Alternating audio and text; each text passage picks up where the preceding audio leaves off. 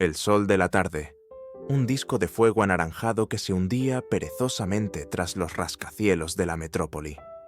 Apenas lograba calentar el frío hormigón del callejón donde Isabel había encontrado refugio. A sus 22 años, conocía cada rincón sombrío, cada puerta trasera de restaurante que ofrecía sobras comestibles, cada fuente pública donde podía lavarse la cara y acallar la sed. La calle había sido su hogar, su maestra y su implacable carcelera durante los últimos 3 años, desde que una tragedia familiar la había arrancado de una vida modesta pero segura y la había arrojado a este océano de indiferencia. Isabel se ajustó la raída chaqueta que había encontrado en un contenedor de basura. Una prenda demasiado grande para su menuda figura, pero que ofrecía una barrera precaria contra el viento helado que comenzaba a barrer la ciudad con la promesa del anochecer. Su estómago rugía, un recordatorio constante de la comida salteada del mediodía, cortesía de un cocinero compasivo de una pequeña trattoria. A pesar de la dureza de su existencia, Isabel conservaba una chispa de dignidad en sus ojos castaños, una resiliencia silenciosa que se negaba a ser aplastada.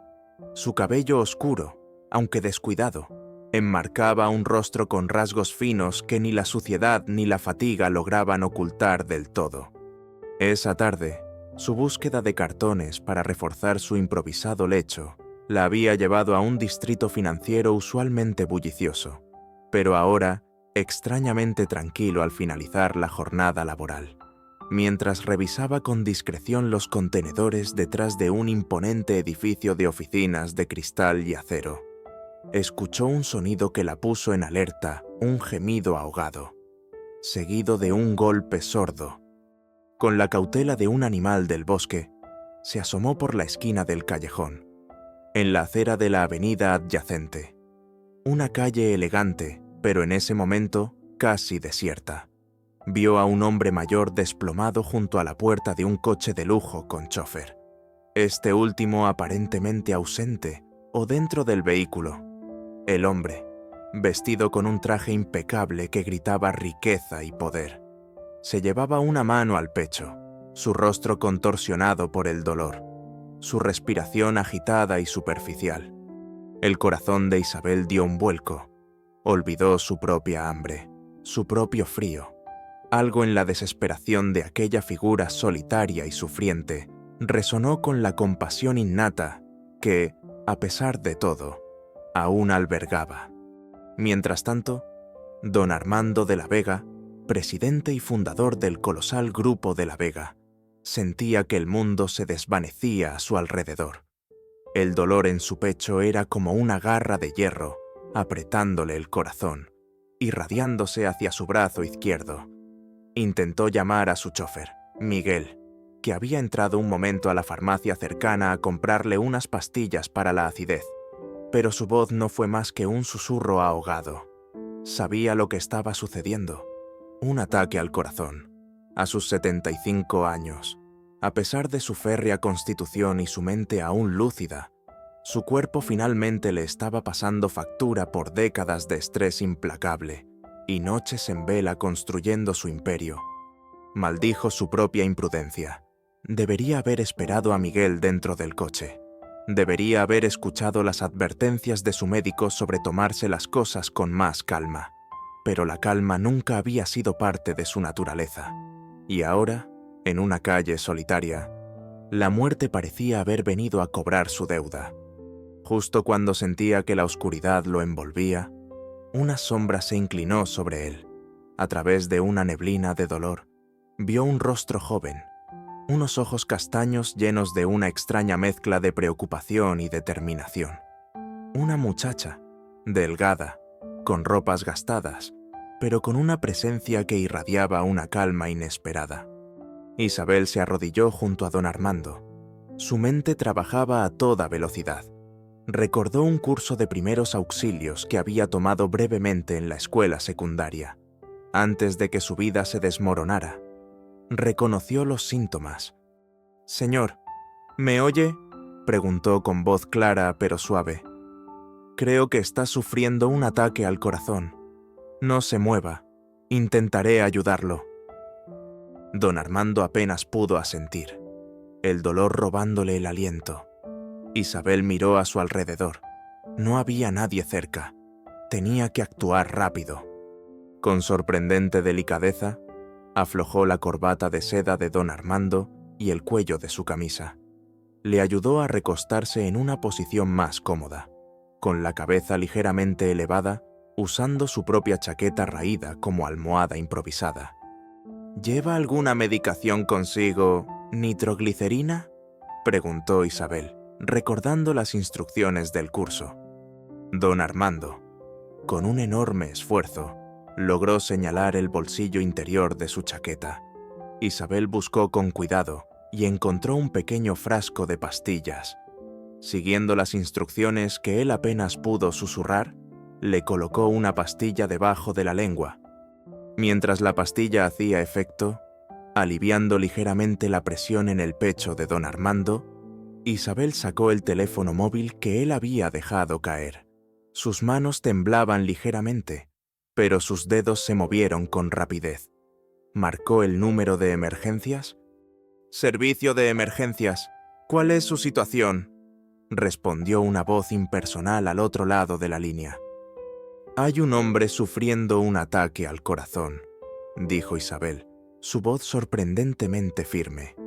«En la avenida Concordia, frente al edificio de la Torre Financiera. Necesita una ambulancia urgentemente». Dio una descripción precisa de la ubicación y del estado del hombre. Mientras esperaba la llegada de la ambulancia, Isabel no se apartó del lado de don Armando. Le hablaba en voz baja, tranquilizándolo, diciéndole que la ayuda estaba en camino, que resistiera. Le tomó la mano, una mano sorprendentemente fría a pesar del calor de la tarde.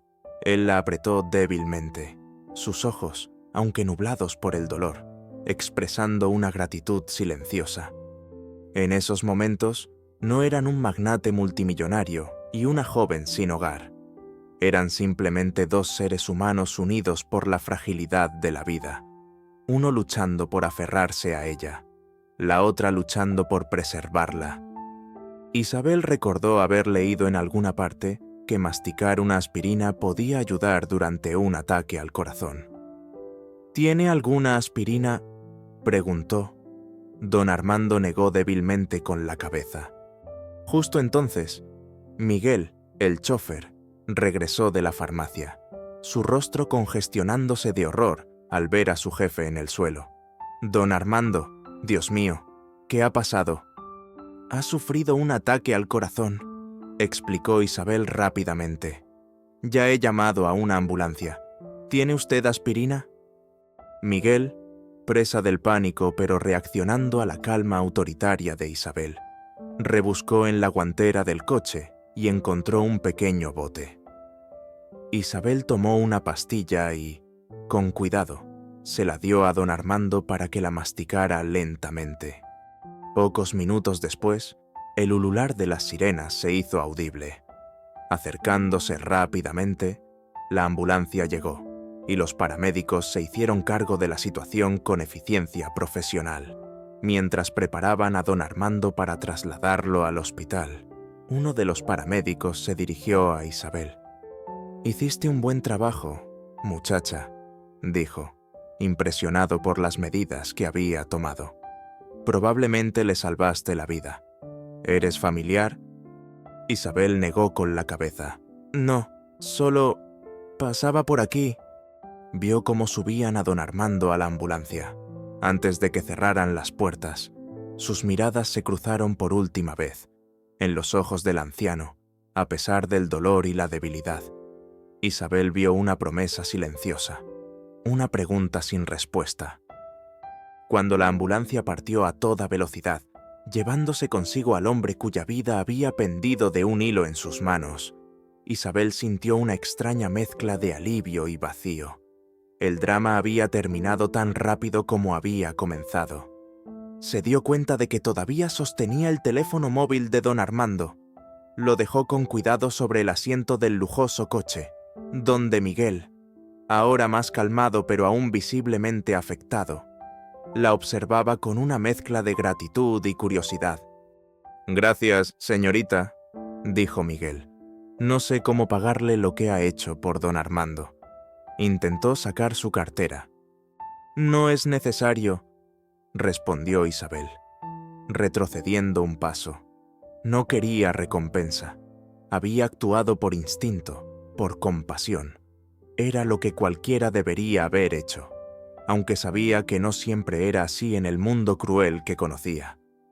Y antes de que Miguel pudiera insistir, antes de que la policía o la prensa, que sin duda no tardarían en llegar al tratarse de un hombre de la talla de don Armando de la Vega, pudieran hacerle preguntas, Isabel se deslizó de nuevo en las sombras del callejón, desapareciendo tan discretamente como había aparecido. Volvió a su búsqueda de cartones, el encuentro desvaneciéndose como un sueño extraño y vívido. La vida en la calle tenía una forma brutal de devolverte a la realidad, pero algo había cambiado en ella. Durante unos breves y tensos minutos, no había sido Isabel la indigente, la invisible. Había sido una salvadora, un ángel guardián en una avenida olvidada. Y esa sensación, aunque fugaz, dejó una huella imborrable en su alma. No sabía que, a muchos kilómetros de allí, en la suite de un hospital de lujo, un anciano poderoso luchaba por su vida, aferrándose al recuerdo de unos ojos castaños llenos de compasión y a la promesa silenciosa de encontrar a la joven anónima que le había regalado una segunda oportunidad. El destino había entrelazado sus caminos de la forma más inesperada, y las consecuencias de ese encuentro casual apenas comenzaban a desplegarse. La suite del hospital privado donde don Armando de la Vega luchaba por su vida era un microcosmos de lujo y ansiedad. Cables y monitores emitían pitidos rítmicos, un contraste estéril con el caos de emociones que se arremolinaba alrededor de su cama. Médicos de renombre entraban y salían, sus rostros serios pero cautelosamente optimistas. El ataque al corazón había sido severo, pero la rápida intervención inicial, la pastilla bajo la lengua, la aspirina, la llamada inmediata a emergencias, le había dado una oportunidad crucial, una oportunidad que, según los doctores, se la debía a una desconocida. A medida que don Armando recuperaba la conciencia y sus fuerzas en los días siguientes, una idea fija comenzó a tomar forma en su mente. Una obsesión que eclipsaba incluso las preocupaciones sobre su salud o el futuro de su vasto imperio empresarial. Tenía que encontrar a la joven, la muchacha de ojos castaños y manos firmes, que lo había anclado a la vida cuando sentía que se deslizaba hacia la oscuridad. Su familia, encabezada por su pragmática hija menor, Sofía, y su yerno, el ambicioso Ricardo, un personaje diferente al de la historia anterior. Este es el yerno de don Armando y padre de Alejandro, o quizás un hijo de don Armando y hermano del padre de Alejandro.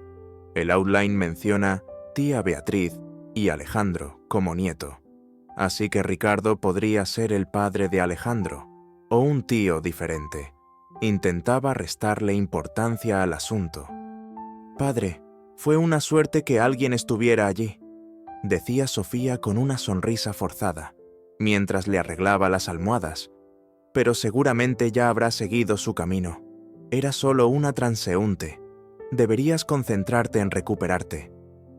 Ricardo, más directo, añadía: «Hemos hecho una generosa donación anónima al servicio de ambulancias y a un par de organizaciones benéficas para personas sin hogar.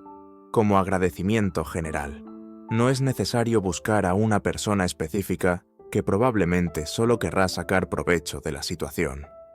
Pero don Armando no era un hombre fácil de disuadir. Su terquedad era tan legendaria como su visión para los negocios. «Esa joven no buscaba provecho», replicó con voz débil pero firme. «Vi sus ojos. Había bondad en ellos, no codicia. Me salvó la vida, y ni siquiera esperó un agradecimiento. Quiero encontrarla. Quiero recompensarla adecuadamente». Su familia intercambió miradas de resignación. Sabían que cuando don Armando se empecinaba en algo, Era inútil oponerse. Así comenzó la búsqueda.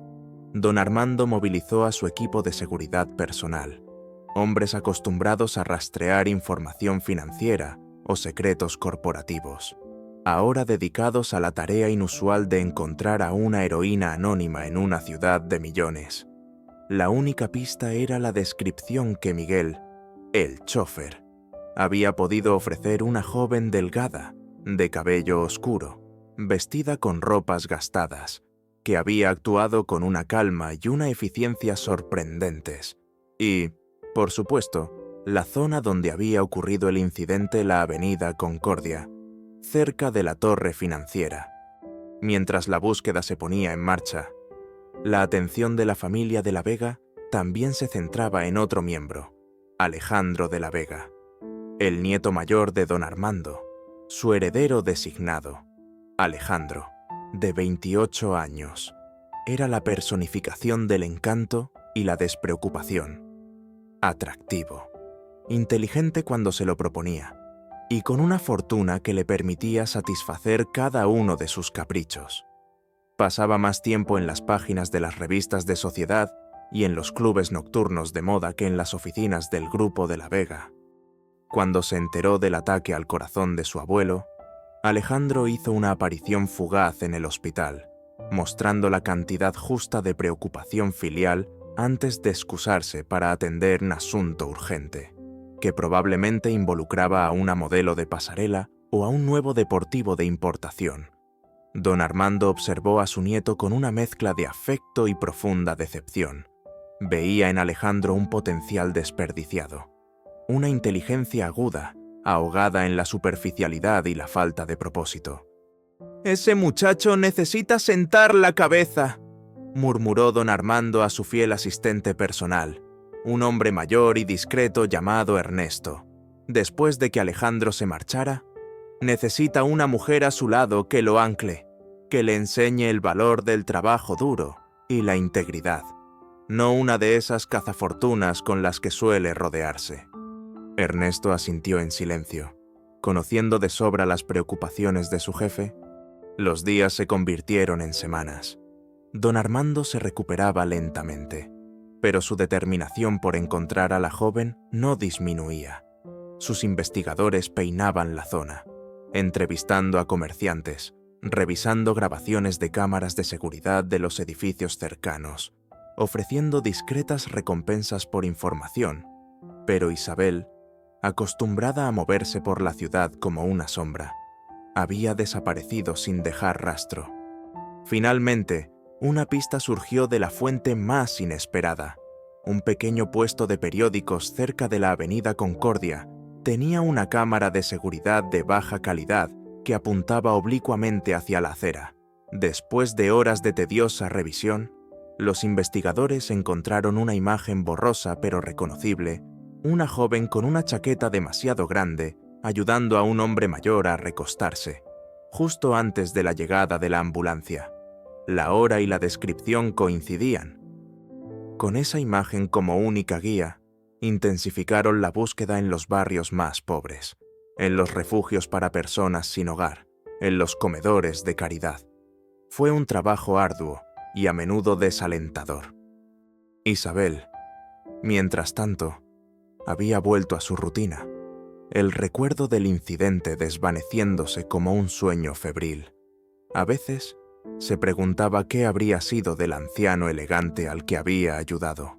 Esperaba que estuviera bien, pero no albergaba ninguna ilusión de volver a verlo o de recibir recompensa alguna. La vida le había enseñado a no esperar milagros. Hasta que un día, mientras recogía latas en un callejón detrás de un mercado, dos hombres de traje se le acercaron. Isabel se tensó instintivamente, preparada para huir. Pero los hombres no eran amenazantes. Uno de ellos le mostró una fotografía borrosa en su teléfono. «Señorita», dijo el hombre con voz amable, «¿es usted la joven de esta foto?» Isabel miró la imagen. Era ella, sin duda, inclinada sobre la figura de don Armando. Sintió un nudo de aprensión en el estómago. «¿Qué quieren?» «Un hombre al que usted ayudó hace unas semanas Desea agradecerle personalmente, explicó el segundo hombre. Don Armando de la Vega. Está muy interesado en conocerla. El nombre no le dijo nada a Isabel, pero la mención del hombre al que había ayudado la tranquilizó un poco. Dudó por un momento, pero la mirada sincera de los hombres y una extraña curiosidad la impulsaron a aceptar. La llevaron, no en un coche de policía, sino en un sedán de lujo discreto, a una mansión imponente en el barrio más exclusivo de la ciudad. Isabel nunca había visto tanta opulencia junta. Se sentía completamente fuera de lugar con sus ropas gastadas y su cabello revuelto. La condujeron a una amplia habitación soleada, con vistas a un jardín impecablemente cuidado. Y allí, sentado en un sillón junto a una gran ventana, estaba don Armando de la Vega. Parecía más frágil que como lo recordaba, pero sus ojos, al posarse en ella, brillaron con una intensidad y una gratitud inconfundibles. «Así que es usted», dijo don Armando, su voz aún un poco débil, pero cargada de emoción. «La joven que me salvó la vida. Por favor, siéntese». Isabel se sentó torpemente en el borde de una silla tapizada en seda. Se sentía intimidada por el lujo y por la penetrante mirada del anciano. «He pasado semanas buscándola», continuó don Armando. «Quiero agradecerle lo que hizo por mí. No tengo palabras. Los médicos dicen que su rápida actuación fue crucial». «Solo hice lo que cualquiera hubiera hecho», murmuró Isabel, incómoda con el elogio. Don Armando sonrió levemente. «No, querida, no cualquiera lo hubiera hecho, y mucho menos desaparecer después sin esperar nada a cambio. Eso demuestra una nobleza de espíritu que es rara en estos tiempos». Hablaron durante un rato. Don Armando le preguntó por su vida, con una delicadeza que la sorprendió. Isabel, al principio reticente, terminó contándole fragmentos de su historia, la pérdida de su familia, las dificultades de la vida en la calle, pero siempre con una dignidad que impresionó profundamente al anciano. Él vio en ella no solo a su salvadora, sino a una joven con una fuerza interior y una bondad que el mundo no había logrado apagar. Mientras Isabel hablaba, don Armando la observaba con una nueva idea formándose en su mente. Una idea audaz, quizás descabellada, pero que de repente le pareció la solución a muchas de sus preocupaciones, especialmente las relacionadas con su nieto Alejandro. Finalmente, cuando Isabel se preparaba para marcharse, agradecida por el reconocimiento pero sin esperar nada más, don Armando la detuvo. «Espere, Isabel», dijo, su voz adquiriendo un tono de firmeza. «Tengo una propuesta que hacerle, una propuesta que podría cambiar su vida, y quizás también la de mi familia». Isabel lo miró con sorpresa. «Mi nieto, Alejandro», comenzó don Armando, sus ojos brillando con una extraña determinación. «Es un buen muchacho en el fondo, pero está perdido. Necesita una influencia como la suya, alguien con sus valores, su integridad, su fuerza». Hizo una pausa, como si reuniera el coraje para pronunciar las palabras que cambiaríanlo todo. «Isabel, quiero que se case con mi nieto Alejandro. Quiero que usted sea mi nieta política». El silencio que siguió fue tan denso que podría haberse cortado con un cuchillo. Isabel lo miró fijamente, convencida de que no había oído bien, o de que el anciano estaba desvariando. ¿Casarse con su nieto? Ella, una joven sin hogar, unirse a una de las familias más ricas y poderosas del país. Era una locura. Pero la mirada de don Armando era seria, decidida. Había tomado una decisión y estaba dispuesto a mover cielo y tierra para llevarla a cabo. La búsqueda de su heroína anónima había concluido, pero una nueva y mucho más complicada búsqueda acababa de comenzar, la de transformar a una joven de la calle en la futura matriarca de la Casa de la Vega, y la de redimir a un nieto perdido a través del improbable regalo de un amor nacido de la gratitud y la desesperación. La propuesta de don Armando de la Vega cayó sobre Isabel como una avalancha inesperada, dejándola sin aliento y con el corazón latiéndole con una fuerza desbocada. ¿Casarse con su nieto? Ella, Isabel, la chica que dormía en callejones y comía de la caridad ajena. Convertirse en la esposa del heredero de uno de los imperios más grandes del país. La idea era tan absurda, tan fuera de toda lógica, que por un momento pensó que estaba soñando, o que el anciano frente a ella había perdido el juicio debido a su reciente enfermedad. Miró a don Armando, buscando algún signo de broma o de confusión en sus ojos, pero solo encontró una determinación férrea y una extraña chispa de esperanza. Él hablaba en serio, completamente en serio. «Don Armando», comenzó Isabel, su voz apenas un susurro tembloroso. «Yo no sé qué decir. Agradezco su generosidad, su gratitud, pero esto es imposible. Yo no soy nadie, no tengo nada. Su nieto.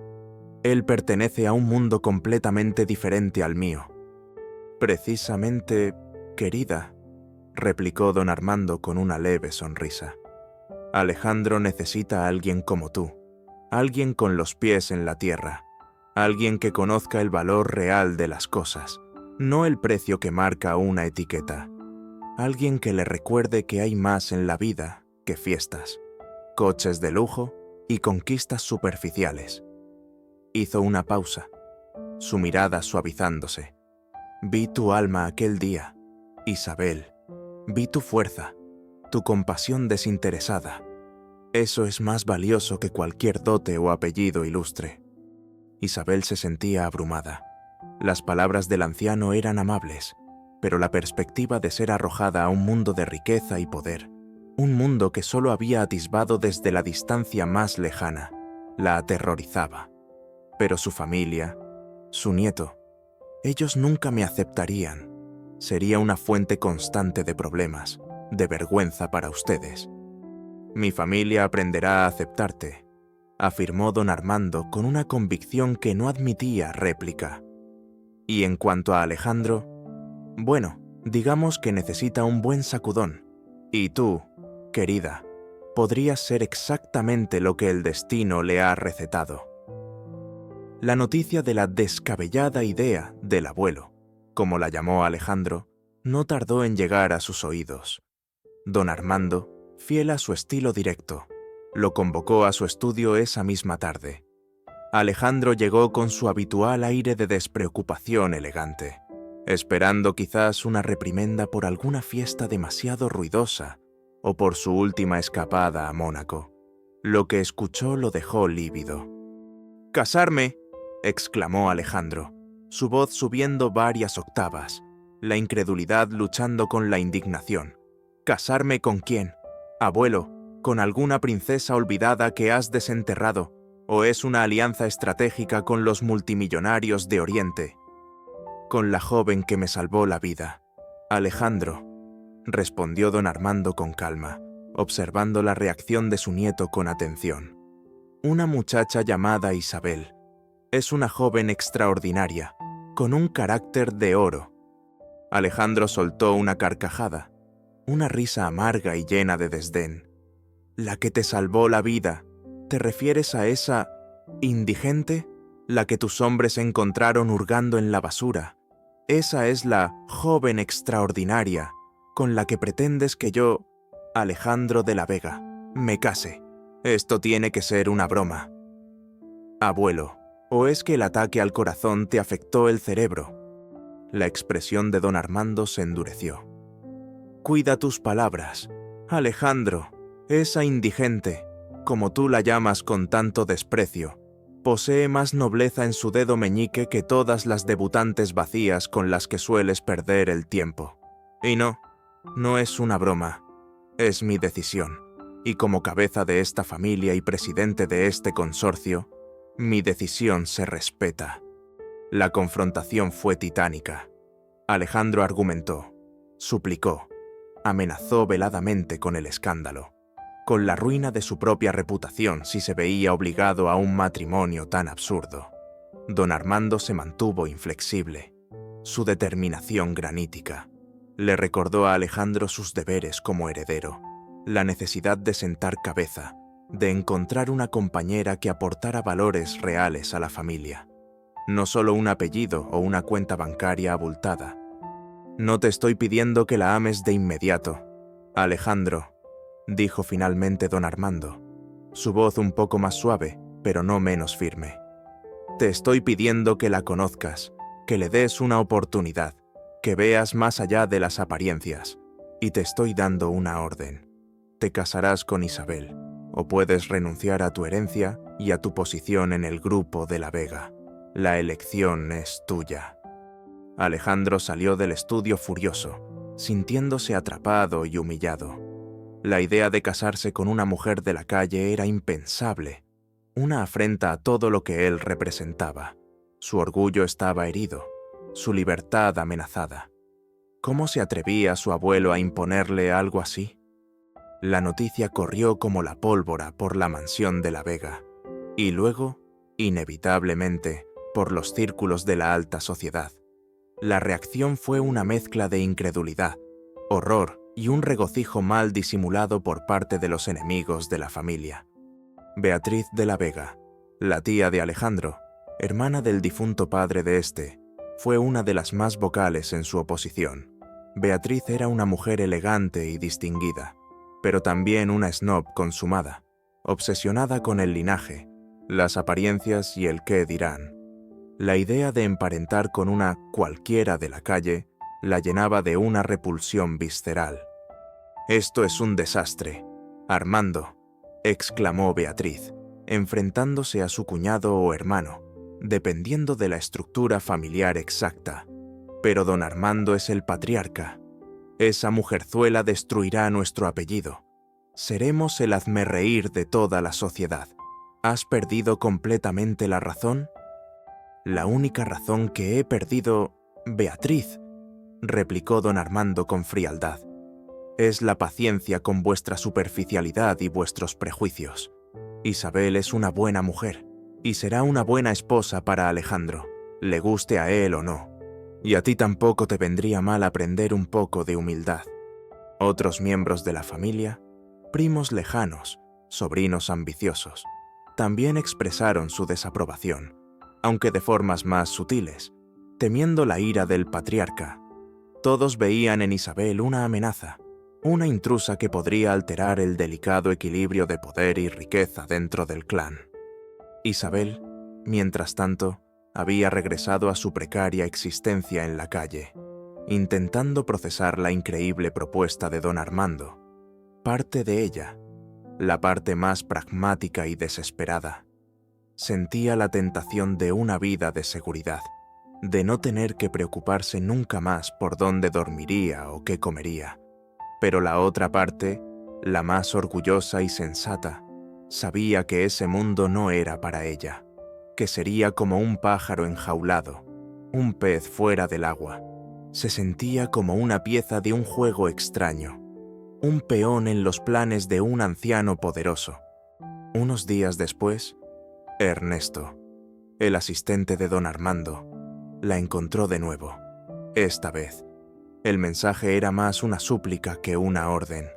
Don Armando deseaba verla, hablar con ella de nuevo, no sobre el matrimonio, sino simplemente para agradecerle una vez más.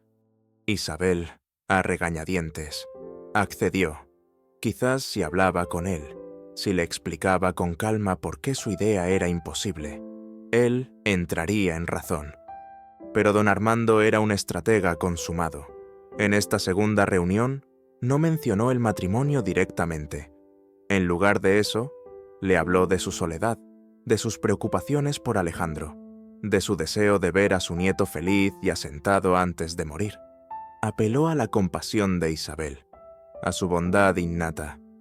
«No te pido que lo ames, Isabel», dijo. «Solo te pido que lo intentes, que intentes ser su amiga, su confidente, que le muestres que hay otra forma de vivir, otra forma de amar. Si después de un tiempo ambos decidís que no funciona, seréis libres, pero al menos inténtalo. Por mí, por el anciano al que salvaste la vida. Luego jugó su carta maestra. Sé que tu vida en la calle es dura, Isabel. Sé que has sufrido mucho. Te ofrezco un refugio, un hogar, no como una prisionera, sino como una invitada de honor. Ven a vivir a mi casa. Te daré educación, ropas, todo lo que necesites. Y a cambio, solo te pido que pases tiempo conmigo, que me alegres estos últimos años con tu compañía. Y quizás, solo quizás, que ayudes a mi nieto a encontrar su camino. La oferta era tentadora. Un hogar, seguridad, la oportunidad de dejar atrás la miseria de la calle. Pero Isabel seguía sintiendo una profunda desconfianza. ¿Cuál era el precio real de esta generosidad? Don Armando, viendo su duda, añadió una última condición. Si accedes a venir, quiero que sea bajo tus términos. Nadie te obligará a nada que no quieras. Y si en algún momento deseas marcharte, serás libre de hacerlo, sin preguntas ni reproches. Solo te pido una oportunidad. Finalmente, después de una larga lucha interna, Isabel aceptó. No por el matrimonio. Esa idea seguía pareciéndole una fantasía lejana e improbable, sino por la gratitud hacia el anciano que le ofrecía una salida, por la desesperada necesidad de un techo y un plato de comida caliente, y quizás por una minúscula chispa de curiosidad sobre ese mundo desconocido y sobre el enigmático nieto al que supuestamente debía salvar. La decisión de Isabel de mudarse a la mansión de la Vega fue el detonante de una nueva oleada de conflictos. Alejandro se sintió aún más traicionado y manipulado por su abuelo. Beatriz y sus aliados vieron en ello una confirmación de sus peores temores. La intrus había llegado para quedarse, y la alta sociedad de San Valero se preparó para el espectáculo. Afilando sus lenguas y sus prejuicios, los mundos de Isabel y de los de la Vega estaban a punto de colisionar de la forma más dramática e inesperada. El decreto de don Armando había puesto en marcha una cadena de acontecimientos que ninguno de ellos podía prever y que pondría a prueba los límites de la lealtad, el amor, el orgullo y la capacidad de perdonar. La entrada de Isabel a la mansión de la Vega fue como cruzar el umbral hacia un planeta desconocido. El imponente edificio, una fortaleza de mármol y cristal enclavada en el corazón del barrio más exclusivo de la ciudad. La recibió con una grandeza fría y silenciosa que contrastaba brutalmente con el bullicio caótico y la cruda realidad de las calles que habían sido su único hogar. Cada paso sobre las alfombras persas, cada mirada a los cuadros de maestros antiguos que adornaban las paredes, cada reflejo de su propia figura menuda y vestida con sencillez en los espejos dorados, le recordaba dolorosamente que ella no pertenecía a ese mundo. Don Armando había orquestado su llegada con la sutileza de un general planeando una campaña. Oficialmente, Isabel era presentada como una protegida del patriarca, una joven a la que él había tomado bajo su ala por razones personales y que actuaría como su acompañante y asistente durante su convalecencia. Era una explicación plausible, aunque nadie en la familia ni en el círculo íntimo se la creyó del todo. Los rumores sobre la verdadera intención de don Armando, la de convertirla en la esposa de Alejandro, ya se habían esparcido como la pólvora, alimentando el escándalo y la especulación. Alejandro recibió la noticia de la invitada de su abuelo con una mezcla de furia helada y resignación cínica. Su abuelo había ganado esta batalla, por ahora, pero él no iba a ponérselo fácil. Durante la primera cena formal a la que Isabel fue obligada a asistir, una prueba de fuego en sí misma. Alejandro la trató con una cortesía glacial, sus palabras educadas pero sus ojos llenos de un desdén apenas disimulado. Observaba cada uno de sus movimientos, cada error de etiqueta, que fueron muchos, a pesar de los esfuerzos de Ernesto, el asistente de don Armando, por darle unas lecciones básicas, con una sonrisa burlona que no llegaba a sus labios. «Así que, señorita Isabel», dijo Alejandro, arrastrando su nombre como si le costara pronunciarlo. «¿Qué la trae a nuestros humildes aposentos? Aparte de, claro está, la inmensa generosidad de mi abuelo». Isabel sintió el rubor subirle a las mejillas, pero sostuvo su mirada con una dignidad tranquila. «Su abuelo ha sido muy amable conmigo. Señor de la Vega, estoy aquí para ayudarle en lo que necesite durante su recuperación». «Conmovedor», replicó Alejandro, tomando un sorbo de su vino caro. «Espero que sus habilidades de enfermería estén a la altura de su buena fortuna». La tía Beatriz, sentada al otro extremo de la larga mesa de caoba, observaba la escena con una expresión de águila, lista para abalanzarse sobre cualquier signo de debilidad.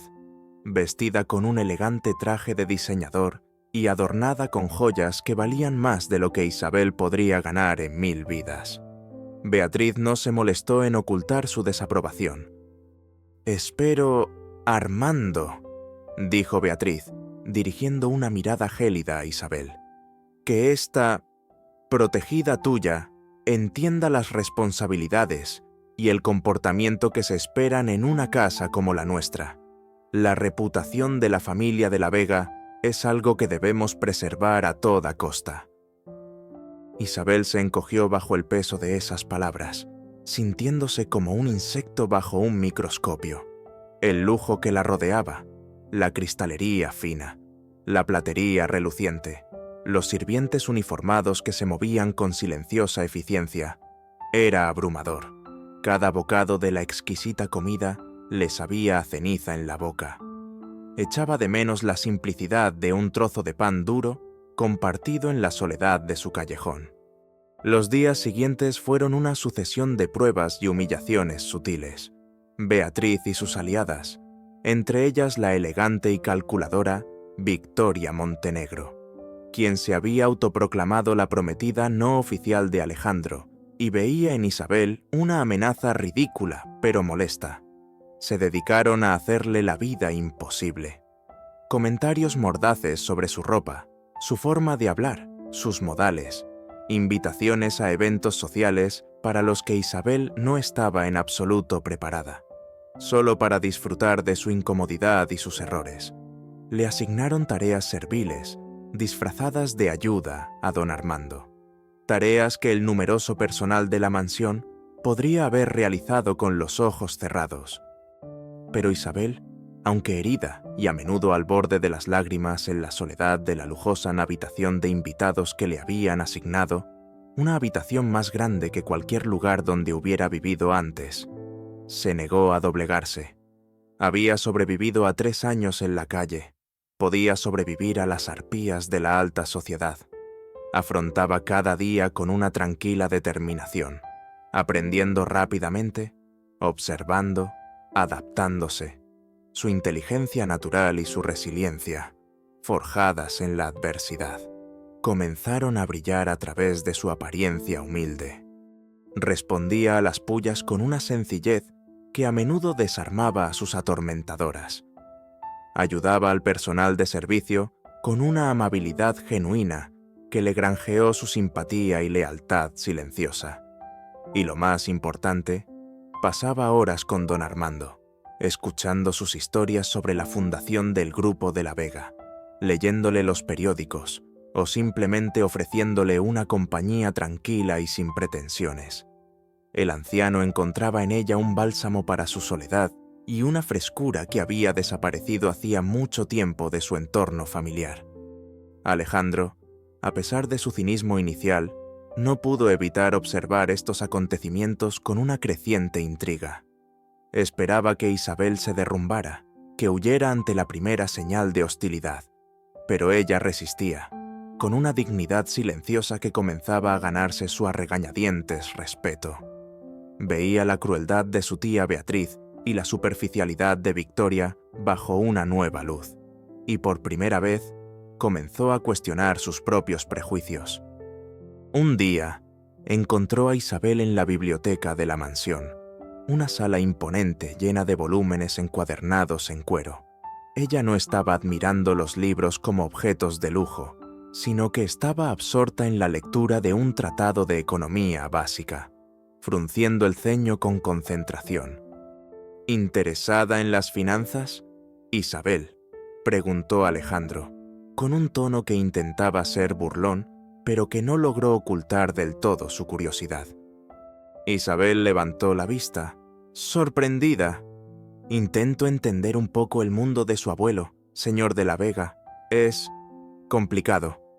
Lo es, admitió Alejandro, sentándose frente a ella, y a menudo innecesariamente cruel. Por alguna razón, se encontró explicándole algunos de los conceptos básicos del libro, sorprendiéndose a sí mismo por la paciencia con la que lo hacía y por la rapidez con la que ella captaba las ideas. Estos pequeños momentos de tregua eran escasos, pero comenzaron a sembrar una semilla de duda en la mente de Alejandro. ¿Era posible que su abuelo, a pesar de lo descabellado de su plan, hubiera visto algo en esta joven que los demás, incluido él mismo, se negaban a reconocer? La prueba de fuego para Isabel llegó durante la gala anual de caridad organizada por la Fundación de la Vega, el evento social más importante del año. Beatriz y Victoria se habían asegurado de que Isabel se sintiera completamente fuera de lugar, criticando su sencillo vestido, prestado por una de las sirvientas más amables, y dejándola sola en medio de un mar de rostros desconocidos y miradas juzgadoras. Isabel, sintiéndose miserable y al borde del pánico, se refugió en los jardines de la mansión. Allí la encontró don Armando. «No dejes que te intimiden, querida», le dijo con suavidad. «Tú tienes algo que ninguna de ellas posee: un corazón puro y una fortaleza real». Justo entonces, un pequeño incidente ocurrió. Un niño, el hijo de uno de los invitados, tropezó y cayó en uno de los estanques ornamentales del jardín.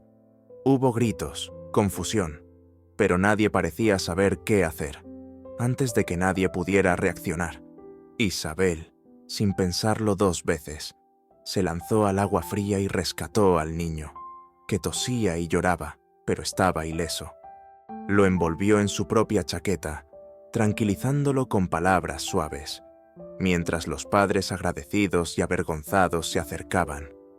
El acto fue espontáneo, desinteresado, y muchos de los invitados, incluida la prensa que cubría el evento, lo presenciaron.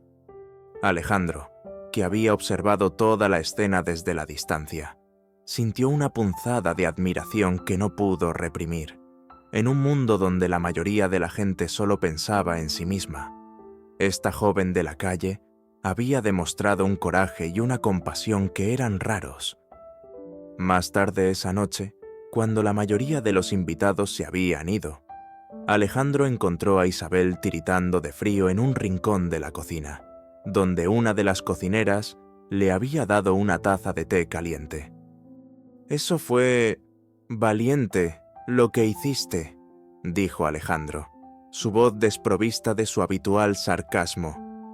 Isabel lo miró, sorprendida por el cambio en su tono.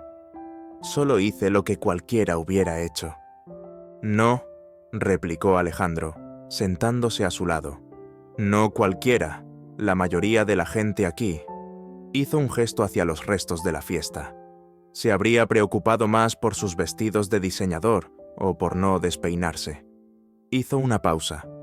«Mi abuelo tiene razón en una cosa. Eres diferente». No fue una declaración de amor, ni siquiera de amistad, pero fue el primer reconocimiento genuino que Alejandro le había ofrecido. Una pequeña grieta en el muro de hielo que él había construido a su alrededor. Isabel sintió un leve atisbo de esperanza. Quizás, solo quizás, este mundo hostil no sería su tumba. Quizás bajo el mismo techo que albergaba tanto prejuicio. También podría encontrar un inesperado destello de comprensión, e incluso, con el tiempo, algo parecido a un hogar. Las pruebas continuaban, pero su espíritu resiliente se negaba a ser extinguido. El heroico rescate del niño en el estanque durante la gala de caridad le granjeó a Isabel una atención inesperada. Algunos artículos en la prensa social, aunque brevemente, mencionaron a la misteriosa joven que había actuado con tanta valentía. Para Beatriz de la Vega y Victoria Montenegro, esto fue una afrenta intolerable. La indigente no solo se resistía a ser intimidada, sino que además estaba comenzando a generar una simpatía no deseada. Decidieron que era hora de intensificar sus esfuerzos para desacreditarla y expulsarla de la mansión de la Vega de una vez por todas. Su estrategia fue una campaña de desgaste psicológico y social. Tejida con hilos de malicia y manipulación, Victoria, con su red de contactos en la alta sociedad y su lengua afilada, comenzó a esparcir rumores insidiosos sobre Isabel, que era una cazafortunas astuta que había planeado el rescate de don Armando, que tenía un pasado turbio y que estaba manipulando al anciano para sus propios fines. Beatriz, por su parte, utilizaba su posición dentro de la casa para hacerle la vida imposible a Isabel, asignándole tareas cada vez más humillantes bajo la apariencia de enseñarle los deberes de una dama, criticando cada uno de sus gestos y palabras, y aislándola del resto de la familia y de los pocos visitantes que se atrevían a mostrarle alguna amabilidad. Uno de sus planes más elaborados ocurrió durante una cena íntima que Beatriz organizó para algunos de los miembros más influyentes del círculo social de los de la Vega. El objetivo era exponer la ignorancia y la falta de clase de Isabel de la manera más pública y humillante posible. Beatriz se aseguró de que la conversación girara en torno a temas de arte, literatura y política internacional, temas sobre los que suponía que Isabel no tendría la más mínima idea. Isabel, sentada a la mesa con un vestido sencillo pero elegante que una de las modistas de la familia le había ajustado a regañadientes por orden de don Armando, se sentía como un cordero rodeado de lobos. Las preguntas capciosas y los comentarios condescendientes volaban a su alrededor.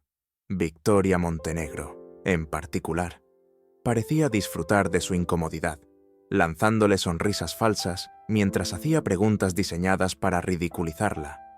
«Dime, querida Isabel», dijo Victoria con una dulzura empalagosa, «¿cuál es tu opinión sobre la última retrospectiva de Rothko en el Museo Metropolitano? O quizás prefieres la Bienal de Venecia. Aunque, claro, el arte contemporáneo puede ser tan desconcertante para los no iniciados». Isabel sintió el rubor en sus mejillas, pero en lugar de acobardarse, respondió con una honestidad sencilla. «No he tenido la oportunidad de visitar esos museos, señorita Montenegro. Mi educación artística se limita a los murales que a veces pintan los artistas callejeros en los muros de la ciudad. Algunos de ellos son muy hermosos y cuentan historias muy poderosas, aunque no cuelguen en galerías famosas». Hubo un silencio incómodo en la mesa. Algunos invitados sonrieron con condescendencia, pero otros, quizás con un poco más de sensibilidad, parecieron percibir la dignidad en la respuesta de Isabel. Alejandro, que había estado observando la escena con su habitual aire de cínica diversión, sintió una punzada de algo parecido a la admiración. La respuesta de Isabel, aunque ingenua, había sido directa y sin pretensiones, exponiendo de alguna manera la vacuidad de la pregunta de Victoria. Más tarde, Beatriz intentó otra táctica. «Isabel, querida, don Armando me ha comentado que tienes una conexión especial con la naturaleza.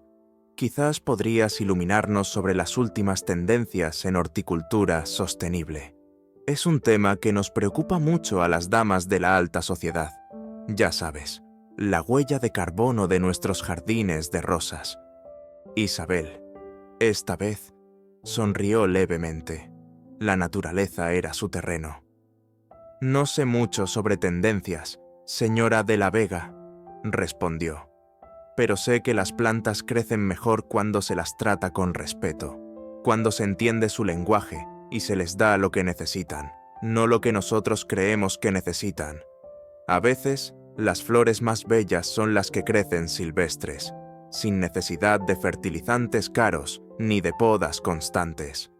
Habló con una pasión tranquila sobre el equilibrio de los ecosistemas, sobre la sabiduría de los ciclos naturales, y aunque sus palabras no estaban adornadas con la jerga sofisticada de los paisajistas de moda, transmitían una verdad y una conexión con la tierra que dejaron a más de uno pensativo. Don Armando, que había estado observando en silencio, intervino con una sonrisa de orgullo.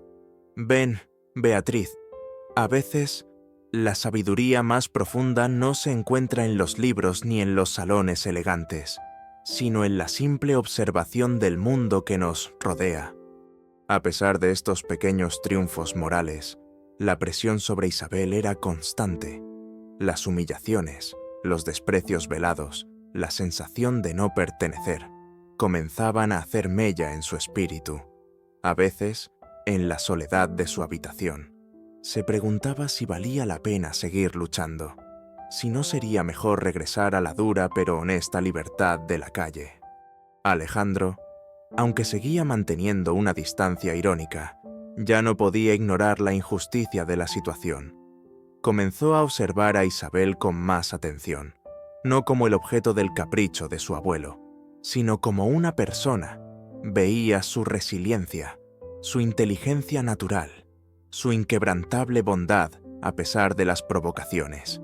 Veía cómo trataba al personal de servicio con una amabilidad y un respeto que contrastaban con la arrogancia de muchos miembros de su propia familia.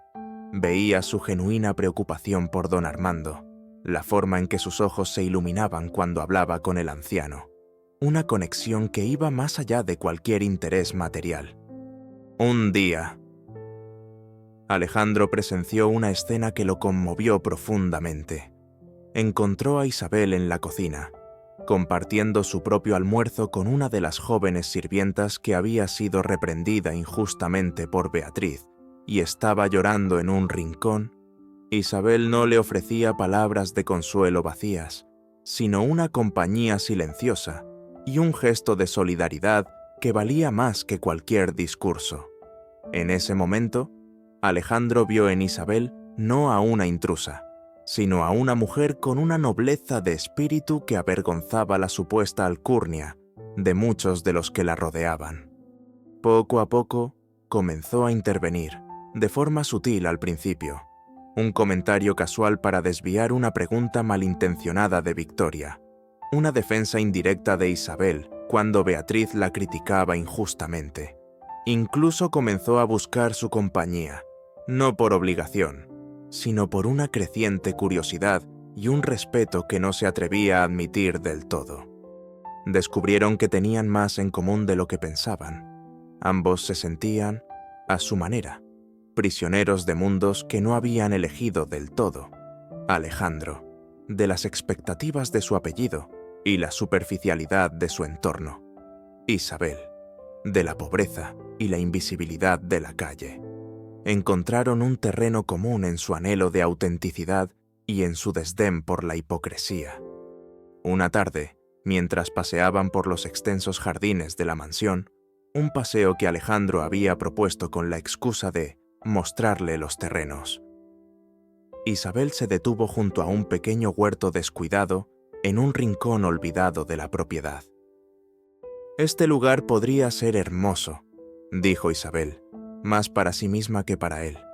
«Con un poco de cuidado, podría dar muchos alimentos. Es una pena que esté tan abandonado».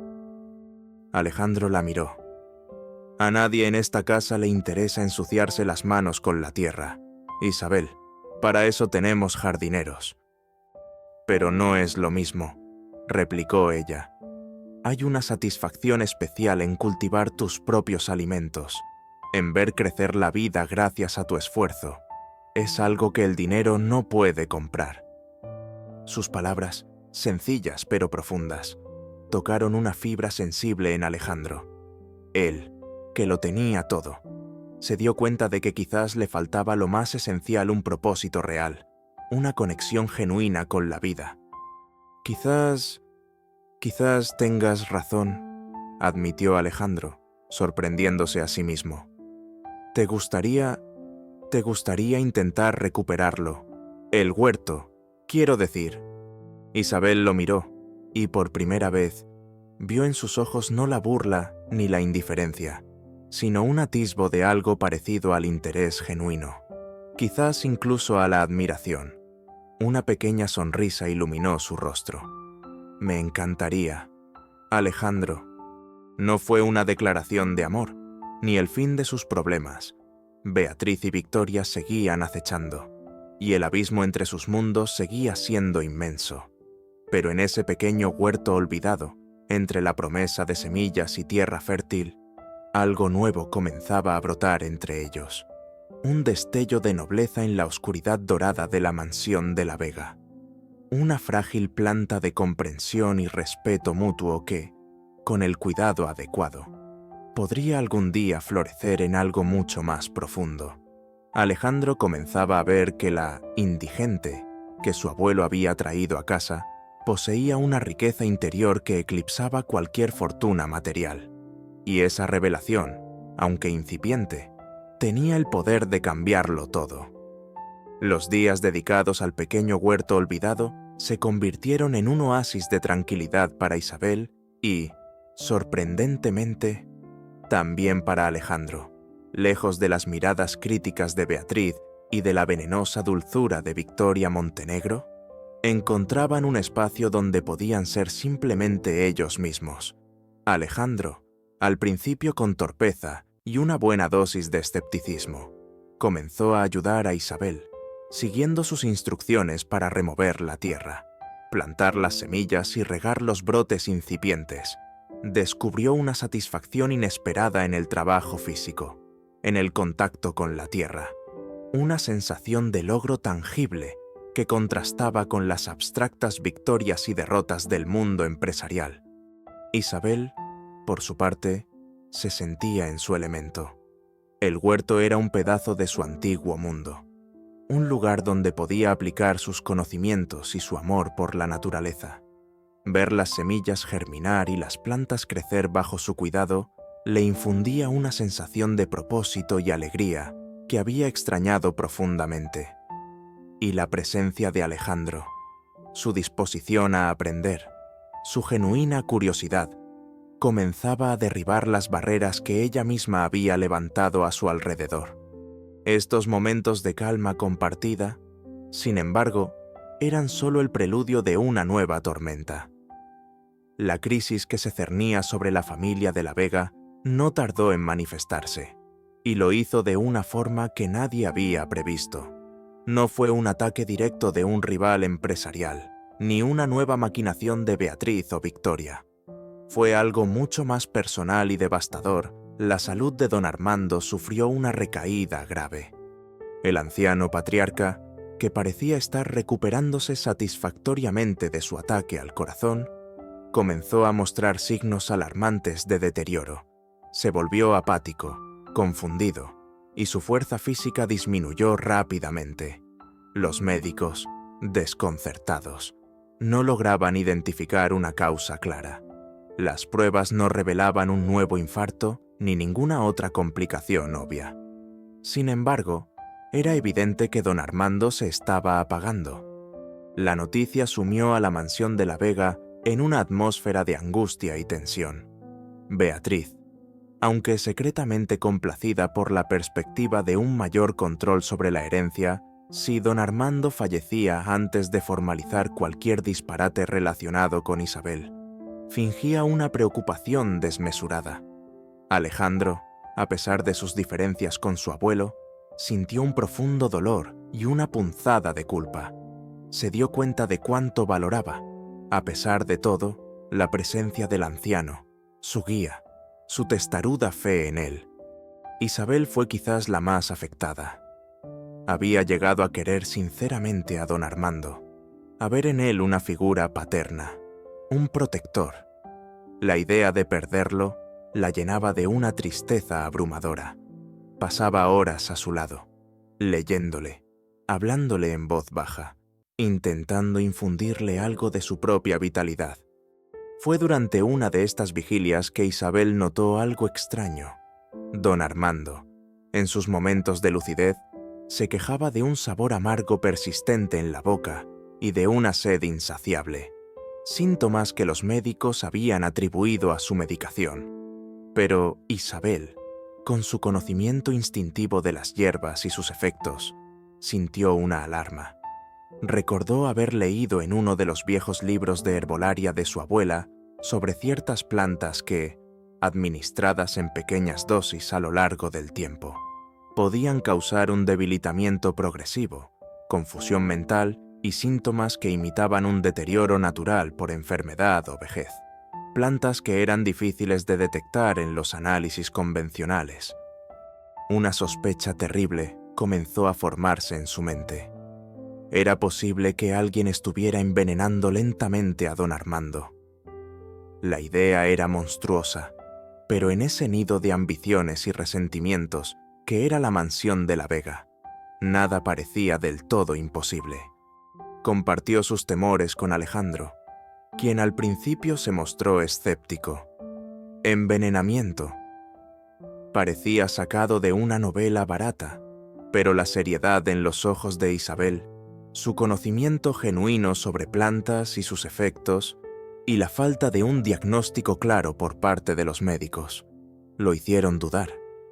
¿Quién podría hacer algo así? Isabel, preguntó Alejandro, su voz tensa. ¿Y por qué? No lo sé, respondió ella. Pero tu abuelo tiene muchos enemigos, Alejandro, y también personas dentro de esta casa que se beneficiarían de su incapacidad o de su muerte.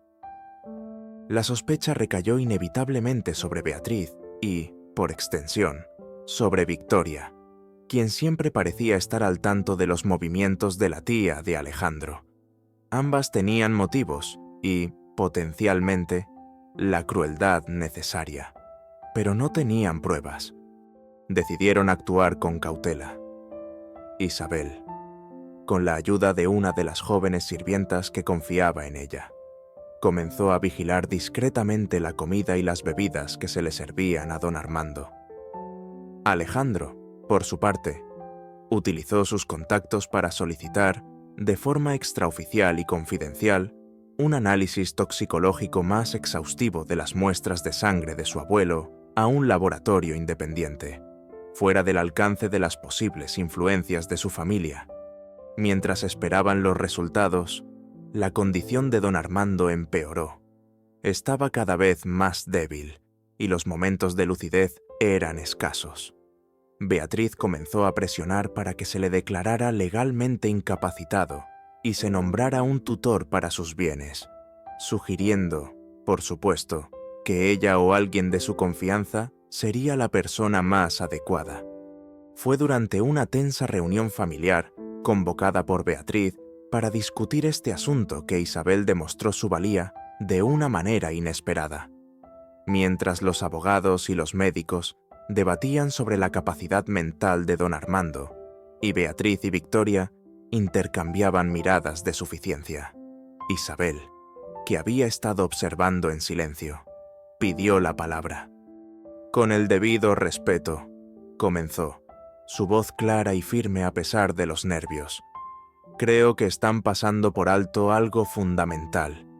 Se acercó a don Armando, que yacía en un gran sillón, con la mirada perdida.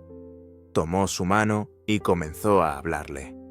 No sobre negocios ni sobre su salud, sino sobre el pequeño huerto que habían comenzado a cultivar juntos. Le describió cómo las primeras tomateras habían comenzado a dar fruto, cómo las hierbas aromáticas llenaban el aire con su fragancia, cómo los girasoles que habían plantado se alzaban orgullosos hacia el sol. Mientras hablaba, algo cambió en la expresión de don Armando. Una leve chispa de reconocimiento brilló en sus ojos apagados. Sus dedos apretaron débilmente la mano de Isabel. Murmuró algunas palabras, apenas audibles, sobre el color de los tomates, sobre el sabor de la menta fresca. Fue un momento breve, fugaz, pero suficiente. Isabel había logrado conectar con él, traspasar la niebla de su confusión, a través de algo simple y real, algo que contrastaba con las frías discusiones legales y las ambiciones codiciosas que llenaban la habitación. Alejandro observó la escena con el corazón encogido. Vio la ternura y la paciencia de Isabel, su capacidad para llegar a su abuelo de una manera que nadie más había logrado. Y vio, con una claridad dolorosa, la superficialidad y la frialdad de su propia familia. En ese instante, cualquier resto de cinismo o duda que albergara hacia Isabel se desvaneció por completo. Esta mujer, esta indigente a la que tanto había despreciado, poseía una nobleza y una fuerza de espíritu que empequeñecían a todos los demás en esa habitación. Poco después, llegaron los resultados del laboratorio independiente. Confirmaron las peores sospechas de Isabel. Se encontraron trazas de un raro veneno vegetal en la sangre de don Armando, un compuesto derivado de una planta exótica, difícil de detectar y que, administrado en dosis pequeñas y continuas, causaba precisamente los síntomas que el anciano padecía. La revelación fue una bomba. Alejandro, furioso y con el corazón roto por la traición, confrontó a su tía Beatriz. Al principio, ella lo negó todo con indignación, pero las pruebas eran irrefutables.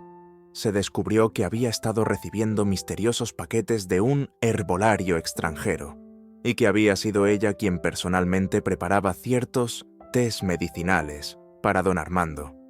Victoria Montenegro, al ver que el plan se desmoronaba y temiendo ser implicada, intentó distanciarse de Beatriz, pero su complicidad, aunque indirecta, también salió a la luz. Había sido ella quien, utilizando sus contactos, había conseguido el veneno para Beatriz, creyendo que solo se trataba de un sedante fuerte para mantener a don Armando dócil y manejable. El escándalo fue mayúsculo, aunque la familia de la Vega, con la ayuda de Alejandro y Lucas, logró manejarlo con la mayor discreción posible para evitar un circo mediático. Beatriz fue despojada de cualquier influencia en la familia y en la empresa, y enfrentaría consecuencias legales, aunque probablemente mitigadas por su apellido y sus conexiones. Victoria fue repudiada y expulsada del círculo social de los de la Vega, su reputación hecha añicos. Con el antídoto adecuado, administrado gracias a la identificación del veneno por parte de Isabel y los expertos que Alejandro consultó, don Armando comenzó a recuperarse lentamente. Esta vez de verdad, su mente se aclaró, y aunque estaba profundamente dolido y decepcionado por la traición de su propia familia, su gratitud y afecto por Isabel se multiplicaron. Alejandro, por su parte, miraba a Isabel con nuevos ojos. Ya no veía a la joven de la calle, ni a la imposición de su abuelo. Veía a una mujer inteligente, valiente, compasiva, que no solo le había salvado la vida a su abuelo 2 veces, sino que también le había abierto los ojos a él sobre la verdadera naturaleza de la gente que lo rodeaba y sobre los valores que realmente importaban. Una tarde, mientras caminaban por el huerto, que ahora florecía gracias a los cuidados de Isabel, Alejandro se detuvo. Tomó las manos de Isabel entre las suyas, unas manos ahora un poco más ásperas por el trabajo en la tierra, pero que para él eran las más hermosas del mundo. «Isabel», dijo, su voz cargada de una emoción que nunca antes había mostrado, «he sido un idiota, ciego, arrogante y cruel. Te juzgué sin conocerte, te desprecié por razones equivocadas». Hizo una pausa, sus ojos buscando los de ella. «Me has enseñado tanto sobre la lealtad, sobre la bondad, sobre la verdadera fortaleza. No sé si alguna vez podré merecer a alguien como tú, pero se arrodilló frente a ella, allí mismo, entre los surcos de tierra fértil. Isabel, la propuesta de mi abuelo fue una locura, una imposición, pero ahora te lo pido yo, desde el fondo de mi corazón. Querrías considerar ser mi esposa, no por obligación, no por gratitud, sino porque creo que me estoy enamorando de ti. Las lágrimas rodaron por las mejillas de Isabel, lágrimas de sorpresa, de alivio, de una felicidad tan intensa que casi dolía. El corazón, que había reconocido su reflejo en el de Alejandro a través de las pruebas y los prejuicios, ahora latía con la promesa de un amor que había florecido en el lugar más inesperado. La crisis había pasado, y en su lugar, un nuevo y hermoso amanecer comenzaba a despuntar para ambos. La proposición de matrimonio de Alejandro, nacida de la admiración y un amor incipiente forjado en la adversidad, llenó a Isabel de una alegría tan pura y abrumadora que por un momento olvidó las intrigas de la mansión de la Vega y el abismo social que los separaba.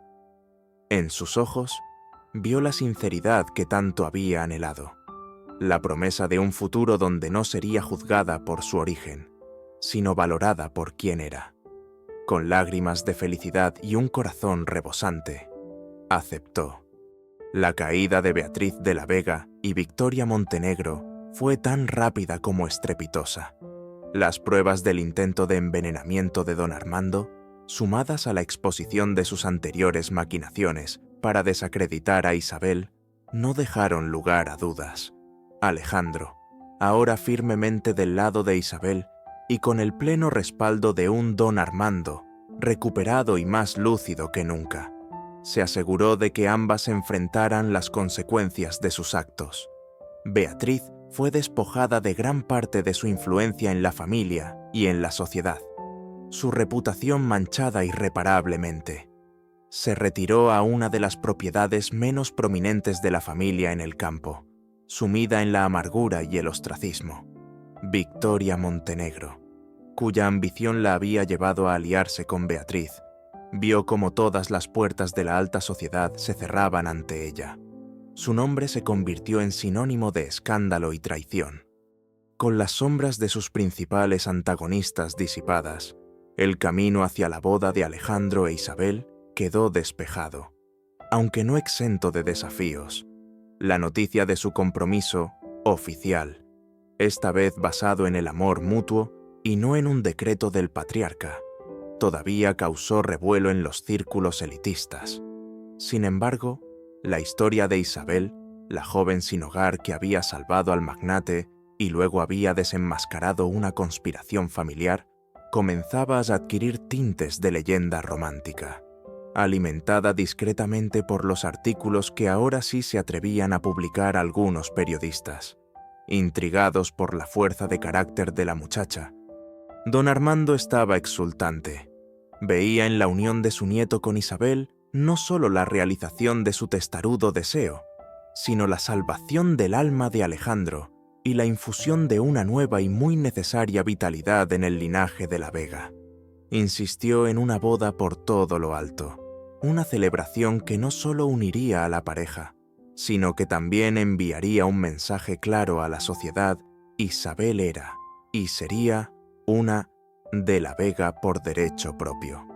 Isabel, aunque todavía un poco abrumada por la perspectiva, aceptó con la condición de que la boda también reflejara sus propios valores.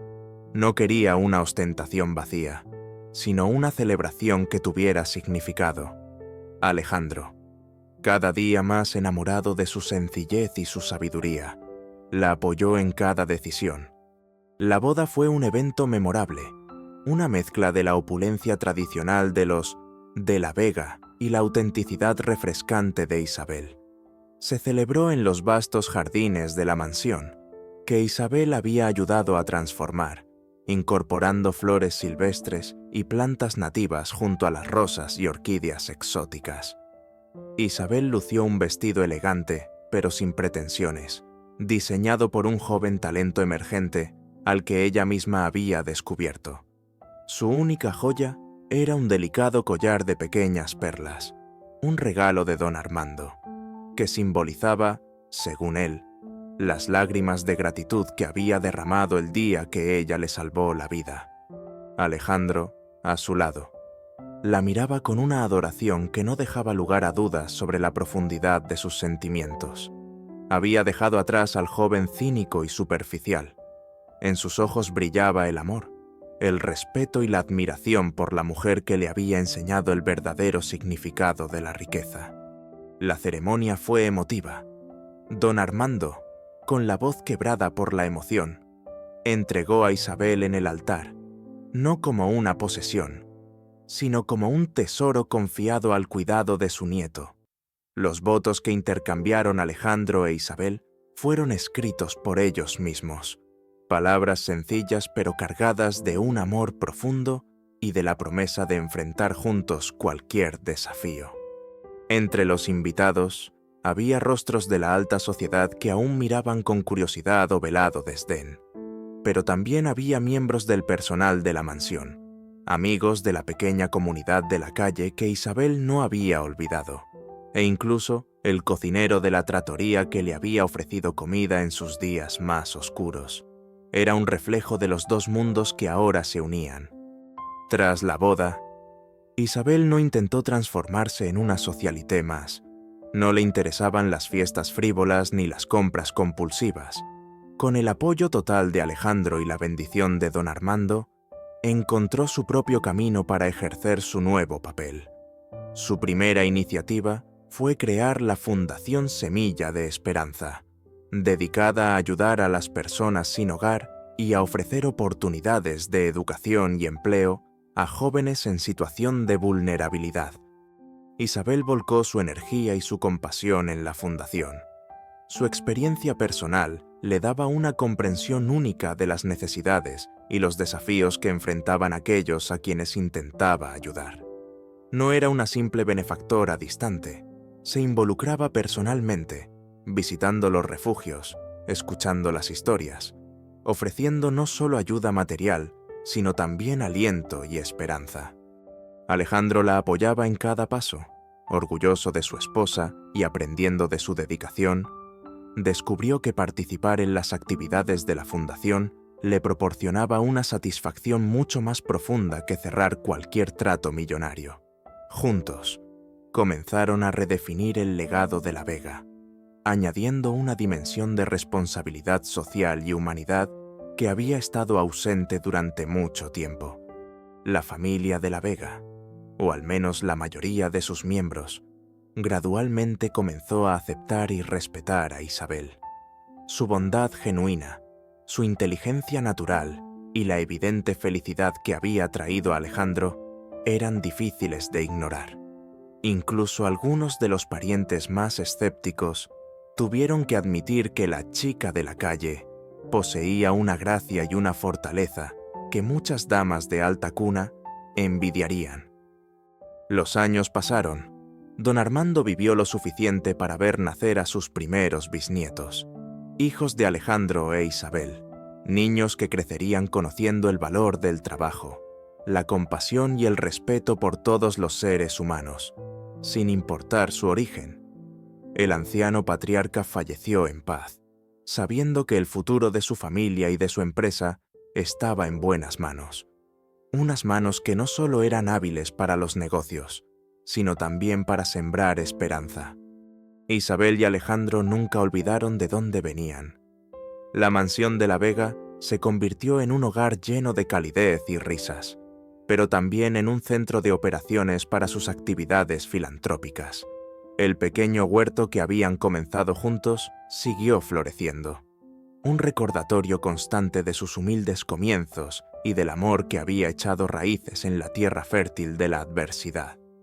La historia de Isabel, la joven sin hogar que salvó a un magnate y se convirtió en su nieta política, se contó una y otra vez, no como un cuento de hadas improbable, sino como un testimonio del poder del carácter, la bondad y el amor para trascender cualquier barrera social. Demostraron que la verdadera riqueza no se mide en millones ni en apellidos ilustres, sino en la nobleza del espíritu y en la capacidad de tender una mano a quienes más lo necesitan. El legado de los de la Vega, una vez sinónimo solo de poder y fortuna, se enriqueció con una nueva dimensión, la de la compasión, la justicia social y la creencia inquebrantable en el potencial humano. Y todo comenzó con un encuentro casual en una avenida olvidada, donde un ángel guardián sin hogar le ofreció a un anciano desesperado no solo una segunda oportunidad en la vida, sino también la promesa de un futuro mejor para todos los que tocaría con su gracia.